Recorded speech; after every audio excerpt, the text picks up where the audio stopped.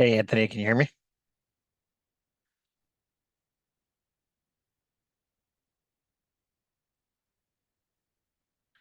Perfect. It's just the pre-show room. No one's in yet, so appreciate you testing it.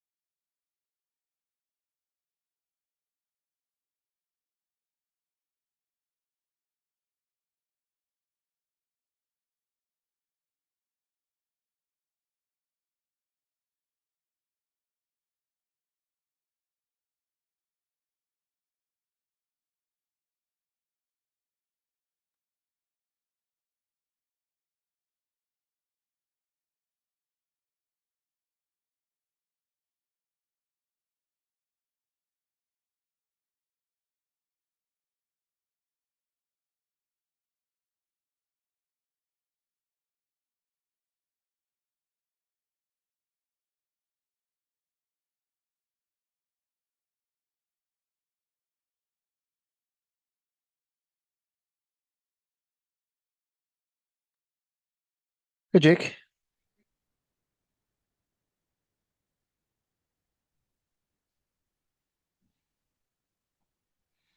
Hey Dan, What's going on?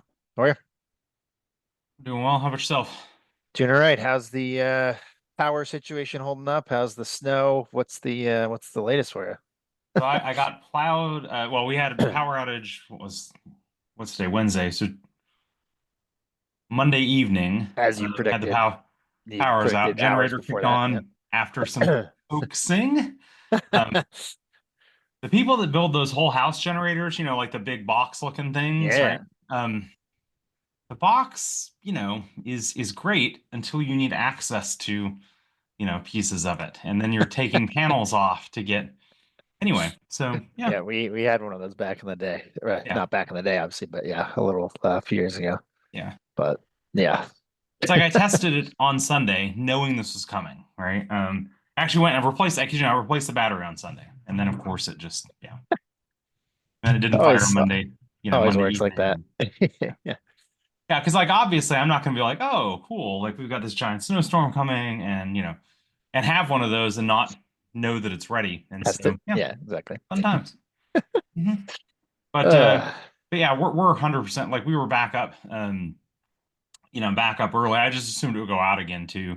yeah. And then spending Because the it time turned out really in the cold cold. and it was icy, right? Like it just Oh yeah, like yeah, so that's a bad combo overall for everything, really. yeah.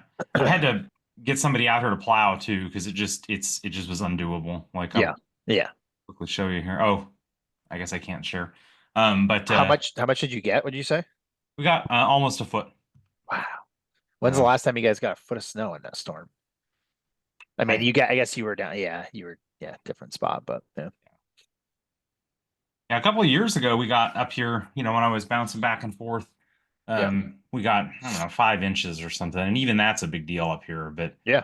No, I um, mean, we haven't seen anything above 3 or 4 in at least, I mean, 3, 4, 5 years, something like that. So, yeah. yeah. But I had to actually call somebody to come plow because it's undoable to. yeah, I uh, mean, I can imagine. It's just like when it gets to a certain point, your tools that you have aren't really oh even yeah, doable. It's like you're underneath it trying to plow, trying to snow yeah. blow it or I don't even have. So sadly, like Sunday, as I went out to go get the battery, I was in Lowe's and I was like, they had end of season, like they still had snow blowers end of season. I was kind of like, I could get one of those. Like, then I'm thinking, when am I ever going to use this thing again?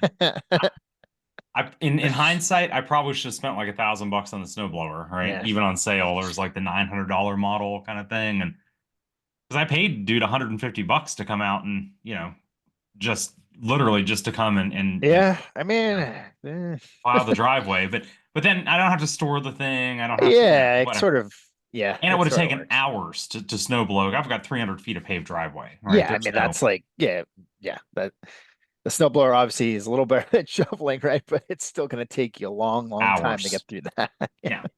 Yeah. As Yeah. opposed to calling the guy, like my only involvement other than like I had to show him, like walk along and show him kind of where the Yeah, like driveway the was, boundaries. because, Yeah, you know, yeah. but other than that, like that was my only involvement out there. And Yeah, that's so nice. yeah. Yeah. Little easier that way for sure. Oh yeah, definitely, Yeah. definitely. So, Nice. yeah. I mean, I Well, shoveled the walkway, right? And I can feel that in yeah. my back, Yeah, right? So yeah, that's exactly. Yeah, we used to go out like every couple hours when we knew something big was coming and we yeah, just shovel the driveway and then, head back in and that was yeah, fun times. yeah. Well, we But of course got most of it overnight, right? Both. Well, yeah, I say most exactly. of it. The The majority of it timing, was overnight and early morning, bad and then timing, yeah. so You said you were supposed to be traveling Monday too, right? I was. I Cancel mean, that. I didn't, We cancel that, yeah. yeah, I did it remotely. It actually ended up being for the best because, like, had I in what was a wonderful surprise, right? Pleasant surprise. I had kind of based we'll need a day and a half for this on average clients not having stuff together, and these folks really have their stuff together. All right, so Nice. long, Awesome. yeah. Everybody there has, like they don't have high turnover. They've got good documentation. They've got, which is totally an anti-pattern, even among Oh yeah. IANS clients, right? We don't Yeah. see a lot of that. It's, I Yeah. mean, Please, anyone on the line, you have Everyone on the line fantastic, is set. Yeah. Well said. fantastic documentation and no turnover whatsoever in there. Yeah, yeah. Yeah. So these guys actually have it. And it was, it was a shock, but It's pleasant. always nice. Yeah. So, Always nice. What's your next travel adventure coming up? ShmooCon, tomorrow afternoon, I'm going to go down to DC. Nice. It doesn't start officially till Friday, but there's a bunch of folks coming in because the last one, Nice. coming Yep. in early for Thursday evening. And so, and then after that, the following week, I think I'm in Minnesota, and the week after that, I'm in San Jose, and then it's off to the races, all the dumb Yep. stuff, right? Yep. Yeah. Yep. Week after that, I think in Back to the Denver. grind. Yeah, yeah. Yep. A little bit of Do you ever travel. take any time off? I feel like you don't ever I take mean, any time. You're gonna redo the honeymoon, like the what you guys were planning to do, right? At some point? well, yeah, we were planning to do that, and then just didn't. Yeah. Like, I say didn't. Like, there was a dog got, you know, this is dumbness, dude. Just yeah, every time you plan to do something, Life so just yeah. gets So yeah. we're going on ShmooCon together, so hopefully Okay. that's kind of Oh, a that'd be fun. Yeah. it's It's like a little, semi-professional. yeah, exactly. But it's with people you like, and yeah, so Hmm. that's good. Yeah. Nice. And then we'll be Nice. out in Nice. Denver together as well. So maybe we'll, I don't know, do some, who knows? Yeah, maybe we'll do something there. So Yeah. yeah. Nice. Nice. Nice. Yeah. Okay. All right. Jessica said she's gonna be right on time. I believe she's at a conference or something, so she's sneaking Yeah. out, All good. which is good. So we'll give her a few minutes and we'll start in. Yeah. Like in the scheme of things, that's definitely not like my big, yeah. She can come in whenever we're set. Oh yeah. Yeah. I'll actually be seeing her at ShmooCon. I wonder if she can't be in transit already. That doesn't seem right. I But thought you said she was in Texas or something for something. I don't know. yeah, I don't know. Figured we'd have I feel like you guys may have been our inaugural tech briefing combo. So I wanted to get So you guys back for the first one of the year. yeah, definitely. Especially after Definitely. you did the sort of like the 2024 recap, Close or did out. you do the 2025 look ahead? I forget which one it Yeah. was. Yeah. Or maybe Yeah. the both. Yeah. But, Oh yeah, we did the webcast together doing the look yeah. ahead. Yeah, yeah. And then I was on with Yeah. Josh Moore for the last tech briefing of 24 Yeah, and that's right. That's right. That's oof, right. yeah. Keeping you busy, even even when you're extremely busy with other things, Jessica. Jake. Hey, there she is. Hey there. What's going on? Hey, when do you get in for Shmoo? Tomorrow at like 3:30, I think. Okay. That's about give or take when we're heading down. I got a 5 to 6, but we should do Yeah. dinner or something. So Yeah, and Richie's coming, so he'll be oh, there no as well. joke. Yeah. Awesome. Okay. Yeah. Yeah. Winning. Does he have a Nice. ticket too? Yeah. Okay, I wasn't sure if he's just lobby conning. Half the people there are No. lobby con. Yeah. Got him a ticket. Nice. Thanks for hopping on, Jessica. Appreciate it. Yeah, of Making the course. time for us. I know you got a lot of stuff going on. Got Yeah. about maybe 10, 20 seconds. I'll let a few other folks hop in the room and we'll dive in. Quick OSINT, where am I? I don't know. I can't see enough of the. You're in a building. Ooh, that looks suspicious like Chicago. No. I thought you Oh, said I thought it was somewhere in Texas. You said you were, right? Is that Houston. yeah, it's Houston. okay. Well, that's on me for not paying attention, but get it next time. You got the state. Exactly. All right. Well, we did hit noon, so I do want to keep us on time if that works for you guys. So let's just dive in, and folks can trickle in along the way. But yeah, good afternoon, everyone, and thanks for joining today's tech briefing, first one of 2025. My name is Dan Maloof, Senior Director of Product at Irons. Excited to be hosting this week. As a quick refresher for maybe any new folks on the line or any folks who forgot over the last few weeks, since we haven't done this in a little while, the purpose of these 30-minute briefings is for our rotating cast of IONS faculty members to dive into the relevant InfoSec news stories of the past week, or in this case, past couple of weeks or so, and provide you with some specific actionable guides to bring back to your teams based on those stories. With that as a backdrop, thrilled to be joined today by, I believe, our two inaugural tech briefing participants, Jessica Hebenstreet and Jake Williams. Jessica currently serves as Senior Director of Corporate Security for Quorum Software, which provides software for the oil and gas industry. And Jake is VP of R&D at Hunter Strategy and a former startup founder with decades of experience in technology and security. So Jessica and Jake, thanks so much for joining us today. Thanks for having me. Awesome. All right. Well, last thing before we get started, for the folks on the line, just a reminder, we do like these sessions to be as interactive as possible. So please use the Q&A function if you have any questions or comments throughout. We'll do our best to answer as many of them as we can along the way. The session's also being recorded, and a link to the recording along with the summary write-up that Jake put together for us will be shared with all subscribers later this afternoon in an email. So keep an eye out for that as well. With that, let's look at the look at the agenda here today. First topic, we got to talk about this Chinese hackers breaching the Treasury. Can you still hear me, Jake? All right. Yeah, I was going to ask, can we reverse order these? I should have asked you this before. We can reverse order. We can do anything. Yeah. We can do anything. Sure. Because that way we can spend the remainder of our time on what is undoubtedly the biggest story. Yeah. All right, we'll talk Cyberhaven first. Yep. Cyberhaven Chrome extension breach, compromise, however you want to talk about it there. And then Microsoft telling devs to update .NET. We have a CDN shutdown looming, and that's going to potentially break a lot of things. So kind of a reminder, a PSA type of story to cover there. So yeah, obviously plenty of ground to cover. As Jake said, we'll spend the bulk of the time towards the end about the Treasury hack. But Jake, do you want to give us a quick, or Jessica, either one, on the Cyberhaven story here? What's going on with these Chrome extensions? I'll let Jake start with the Cyberhaven. Okay. Sure. Hey, look, the Cyberhaven, story is interesting. I actually picked this one to address not because I care about Cyberhaven. I don't. I suspect the vast majority of the folks in the audience here are not using it. But I also heard from several clients, oh, no big deal, we don't use Cyberhaven. I'm like, whoa, that's not the message here, right? So for those that aren't aware, on Christmas Eve, a Cyberhaven developer fell for phish, right? And it was a really good phish. It was a very targeted phish. We could actually say spear phishing, because it was specifically about a problem in the Chrome Web Store with Cyberhaven's plugins. The developer clicked it. Per Cyberhaven, they are using MFA. There was no additional MFA prompt, but of course the developer was already logged in, so that's pretty common. That actually the workflow of the phish added permissions to the threat actor, who then published a malicious browser extension. This can happen to anybody, right? The fact that Cyberhaven quickly detected it, and it was only live for 24 hours, a big chunk of that being Christmas Day itself, which is, again, go team, right? That they got it taken care of this quickly. But there are some big takeaways here. And before I get into these, Jessica, what are your thoughts on takeaways here? So my biggest takeaway is, what are you doing to manage extensions in your environment in general?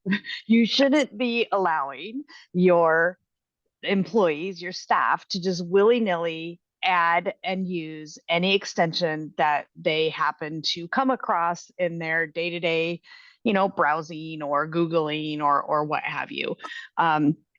Extensions provide a massive risk to the environment. I think, if we look at a few years ago, there was the WebEx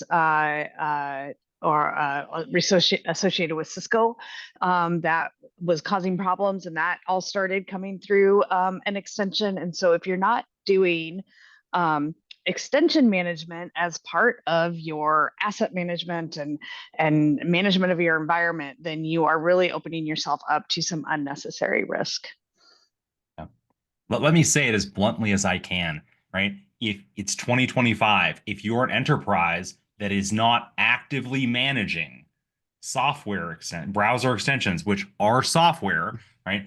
You undoubtedly are leaking intellectual property, right, in ways that will eventually catch up with you, right, or likely to eventually catch up with you. It's not 2015, it's 2025, right? And you have to be actively managing these. Several of my clients, to this kind of point Jessica's making here about actively managing, right? What are you doing around this? Several of my clients, as we reached out, PSA about this, right? We're like, oh, well, we don't use Cyberhaven. I'm like, what are you doing to actively manage browser extensions? They're like, oh, no, it's okay. Browser extensions is just one example of extensions, right? We have other Office, right? Is another great example that allows extensions. Bottom line here, you have to get in the groove of actively managing these. And there's another follow-up for me, and that's with your SOC. Right? You need to be able to go to your SOC and ask the question. I don't care whether you think anyone installed this or not. Tell me how you're going to hunt for this. Because I can speak with absolute certainty this will not be the last time we have a malicious extension published to the Chrome Web Store. Yep. And you want to be ready. You want to know what your telemetry gaps are and process gaps. This is a playbook that you should have in place with your SOC already. If you don't, I mean, you tabletop it out, right? And then write down the playbook, because this should be a repeatable process that you're able to go through based on the technology and platforms available in your environment that you're able to hunt with. Right. I want to close too here and note, if you are not involved in that kind of threat hunting and you're like, oh, that's easy, I have news for you. It's not. Google does not make this easy unless you're actively managing from the get-go, right? So, yeah. Jake, you made a point in the write-up, and you briefly talked about it here, but how the phishing attack occurred with folks already logged in MFA. Do you want to talk about that for just a minute or so, or? Yeah, I guess so. I mean, yeah, we can definitely talk about that here. And yet I did make a point there. A lot of times when I'm doing purple team exercises, purple teams or what have you, adversary emulation, I'll demonstrate how when somebody's already logged in, to Azure or deity forbid Microsoft 365 as an admin, them clicking does not, triggers a workflow where I'm making changes. I'm persisting as a threat actor, right? My presence in their environment, and it's not prompting them for MFA again.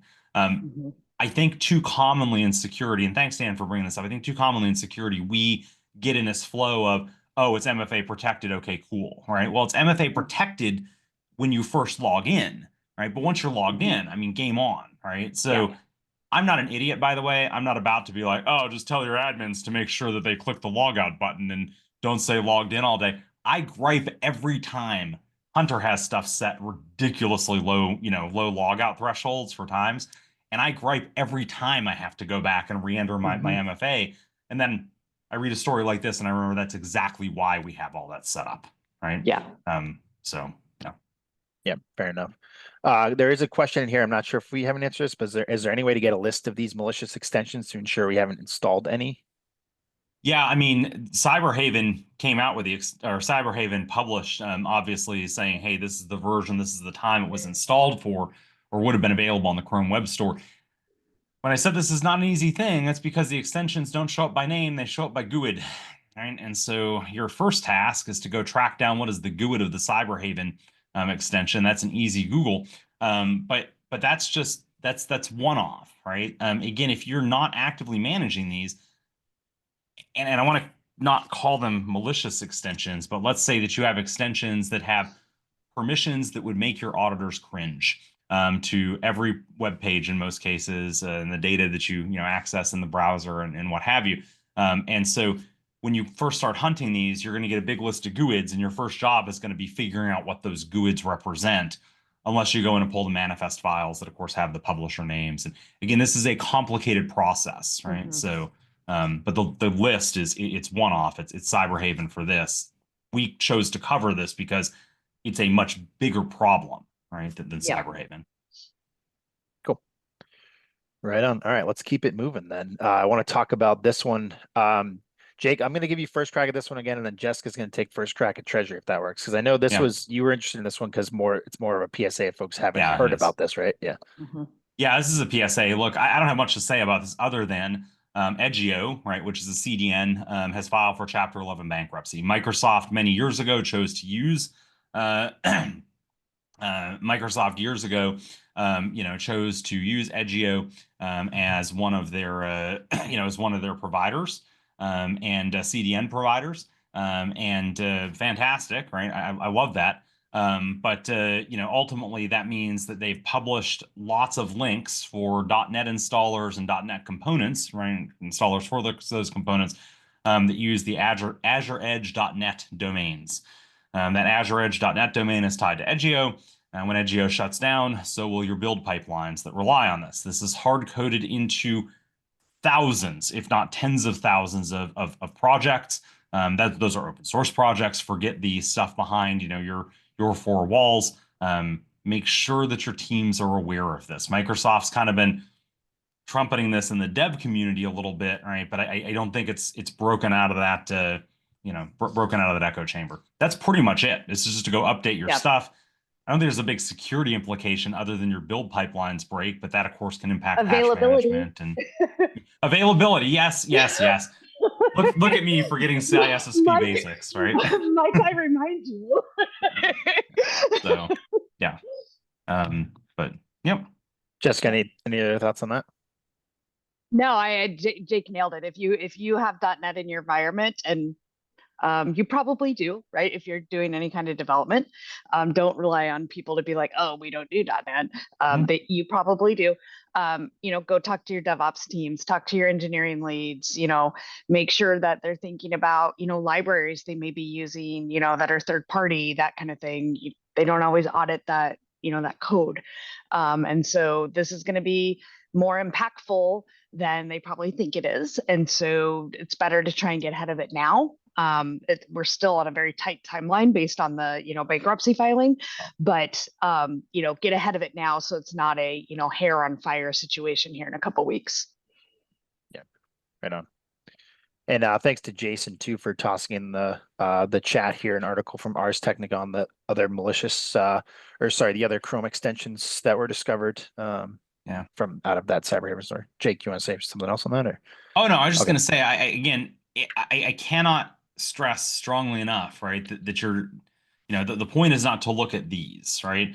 These were quickly discovered. They were, the malicious extensions were in the Chrome Web Store for a less than 24-hour period when you probably weren't installing, or updating extensions in the first place because, it was Christmas.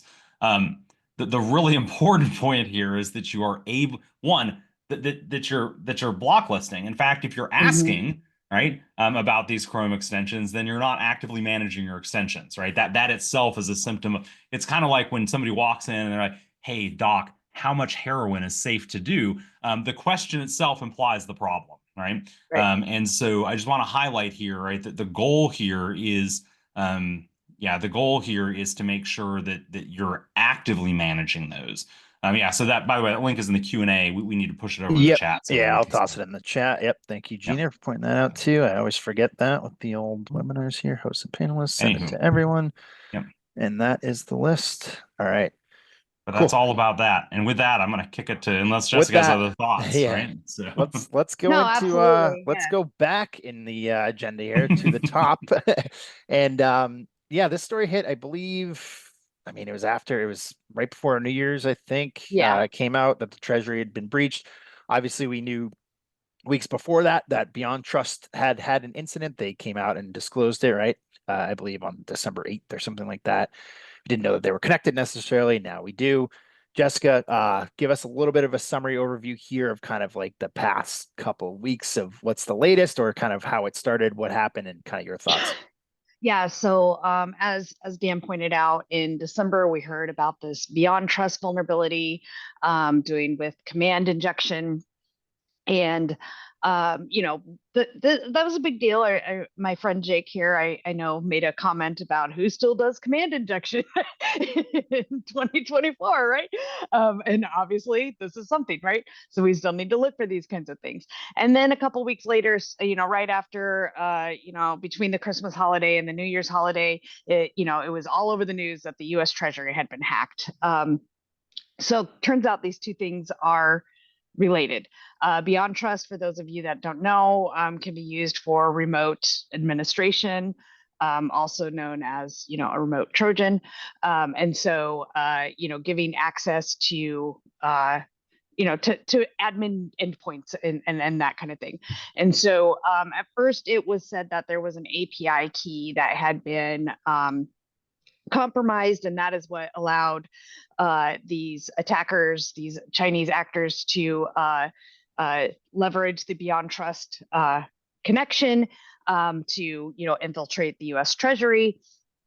Turns out it goes back to that command injection CVE. Actually, I think Jake will have more details on that, but there was a question of how far did they get, right? So just this week, earlier this week, there's been news reports that it was just the U.S. Treasury just and not some of these other complementary associated organizations and agencies with the Treasury. Not to it still doesn't downplay it. I mean, this is a huge deal, and speaks to those. I just gave a threat landscape update to my team today, and one of the things I pointed out were ubiquitous technologies that were unsecured and not being kept up to date. My everlasting favorite, Avanti, tends to fall into that. Of course, you got it in there. Yeah, I got it in there. Of course I did. Yeah. My goal is to get it into every tech briefing. And so, talking about how do we make sure that we secure and depth on, these kinds of technologies, and, what other controls failed that could have, helped out here. So yeah, I'll turn it over to Jake. Yeah, look, I want to be very clear that, and I'm seeing somebody, an anonymous attendee, who's like, U.S. Treasury indicated there were limited desktops from senior management, which were accessed by the hackers, right? Everything that we hear reported about this needs a big asterisk, and I mean a ginormous asterisk behind it, that says that we know of, right? Because critically, right, something that BeyondTrust has gone out of their way not to publicize, but I'm happy to do so here, the command injection vulnerability, which we should also clarify is inexcusable. It's inexcusable, right? In the year 2024, right? Happens pre-authentication, which means there are not logs left behind, right? So what we know about the threat actors did, right, is tied to forensic investigations that BeyondTrust did and assisted with, what have you, procured, but ultimately those involve them going in and looking at these secure remote access gateways, and looking at active connections that are made. When the vulnerability is exploited, I want to be clear, there are no logs left, right? And so BeyondTrust is at a really huge disadvantage here, and so are their customers, because what they're going off of then is for the remote access sessions, right, that were established, they do have logs of those. So if post-exploitation, a threat actor then establishes a remote access session, they've got a log of that. The problem now comes down to a lot of these secure remote access solutions are, forgive the term, right, ridden like rented mules. And, by the organizations themselves, they're used a lot, right? And so it's not a question of, is there a remote access session? It's you being able to look and say, that one, that's not us. Most organizations just don't have that kind of discipline to be able to say that. In this specific case, I'm told, right, and I want to be super clear here, right, that I'm relying on third-party information. I have no direct access to Treasury or BeyondTrust specifically to know this. But Treasury has a very limited set of folks that are tied in for that secure remote access and follows a change management process for folks to connect to it. That then allows them to very quickly identify, which of those sessions then do not belong to them. And that's where the list of IP addresses comes from. BeyondTrust listed 4 IP addresses, and they say, these are your indicators. Go look for these. I'm not a betting man, typically, but I'm willing to bet that there are more than 4 IP addresses used by threat actors. In fact, I find it incredulous to believe that a nation-state threat actor had access to this vulnerability and only exploited Treasury. That's it. Of all the people they could have exploited, and only with 4 IP addresses. I will say BeyondTrust did say there was a limited number of customers they were working with, right? So I don't think BeyondTrust ever said just Treasury, but yeah, to your point, it's rock on. No, totally. And I'm tracking with that. What I'm trying to but highlight Treasury is here, the one that's in the news, right? And so we don't want our audience here to think that, it was just Treasury, right? If they didn't see the BeyondTrust communication. No, BeyondTrust has, Dan, that's a fantastic point for lots of legal liability reasons too. The BeyondTrust has reached out to. I don't care about BeyondTrust. Does claim that they've reached out to other parties, right, to other customers who they believe were impacted, but still lists only those 4 IP addresses as as the indicators.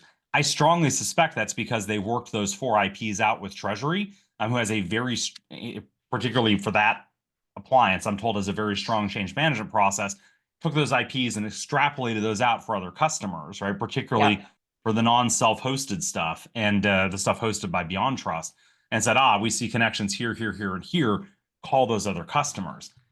I think we have a lot of customers today that are impacted and don't know it. Yep. And Jessica, I'm curious, before I poison the well here, actions, what do you do? Well, you got to do a hunt based on that limited set of 4 IP addresses, right? Yeah. If you haven't updated your appliance, or if BeyondTrust hasn't initiated the update of that appliance on your behalf, if they host it for you, you should be demanding that happens immediately.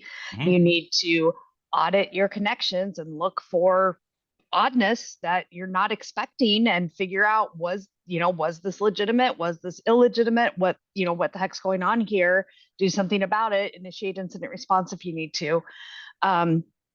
The other thing I want to mention, not necessarily as a takeaway, but there was a great LinkedIn post by Amelie Corin on LinkedIn. Mm-hmm. She worked throughout the government for quite a while and gave an overview of the intricacies of how the different security departments work together and how this possibly, could have interplayed into that. And so she did an excellent write-up, just kind of outlining the whole organization and hierarchy. So I recommend going out and checking that out. Jessica, as well. will you share that with me after this, and we can include it in the write-up? Cool. Thanks. Yeah. So I'm going to go a couple of steps further here. Right. Look, I started saying that I think, by the way, what Jessica's talking about are table stakes, right? You go hunt based on those IPs. That's table stakes. It is, again, I will reiterate, inexcusable to have command injection vulnerabilities in 2024 and beyond. Years before that and beyond.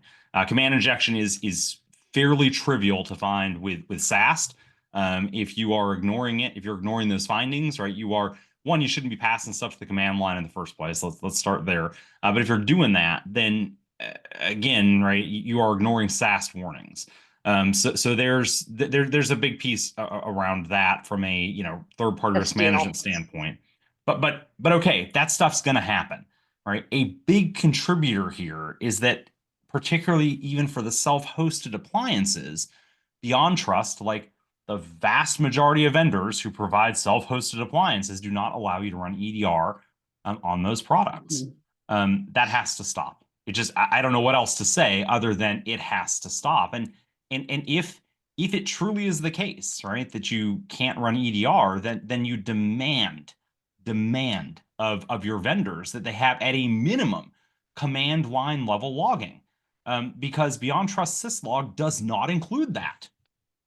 Right. So I'm being told I can't put an EDR on to see command line level logging. You're not doing it for me as part of the appliance, right? Even in my most aggressive logging settings.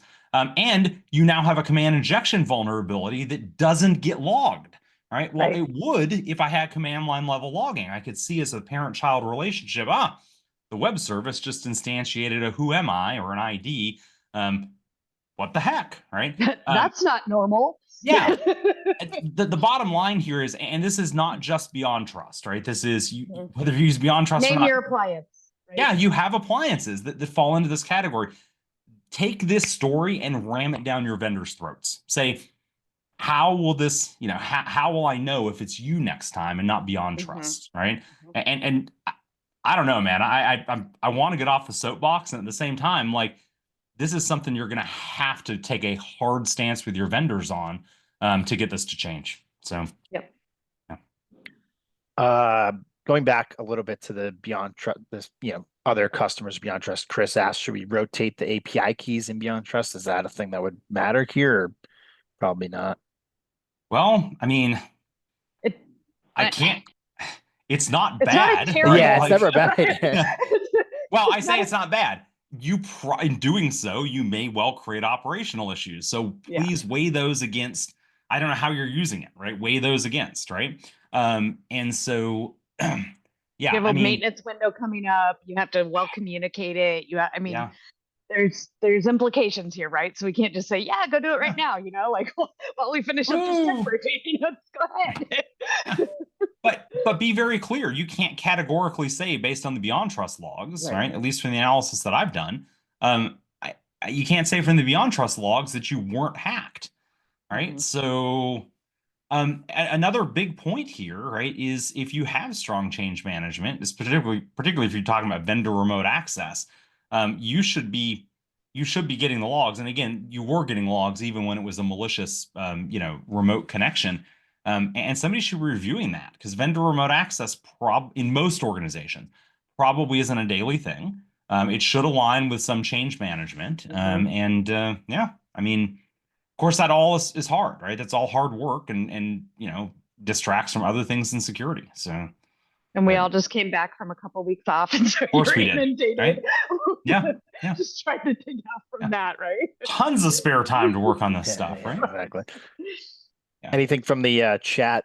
Cliff says, put in your contract with the vendor who doesn't allow you to monitor the system that they are liable. Is that realistic, Jake? Not a bit. Not a bit. I mean, look, you can't even get indemnification, right, from vendors. This is this is explicit I mean, yeah, this is explicit liability shift kind of stuff. There's no chance. None.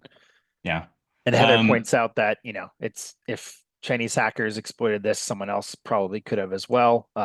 Does that mean, others may have, and BeyondTrust just talking about the 4 identified IP addresses just kind of goes to show that those aren't sufficient? I think it's the best they've got, right? Again, this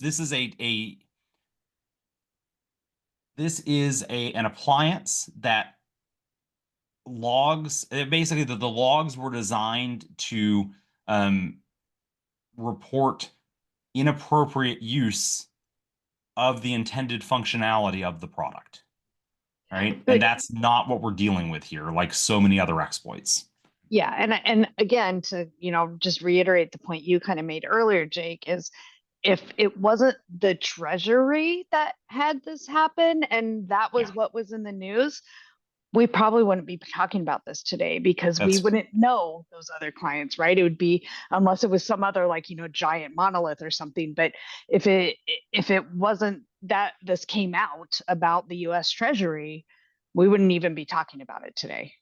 Yeah. Got it. I do want to call out one note here in the chat. It says, if Chinese hackers could exploit this vulnerability, so could someone else.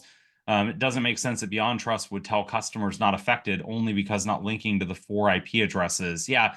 But that's the thing, this is, and I want to flip the script here a little bit.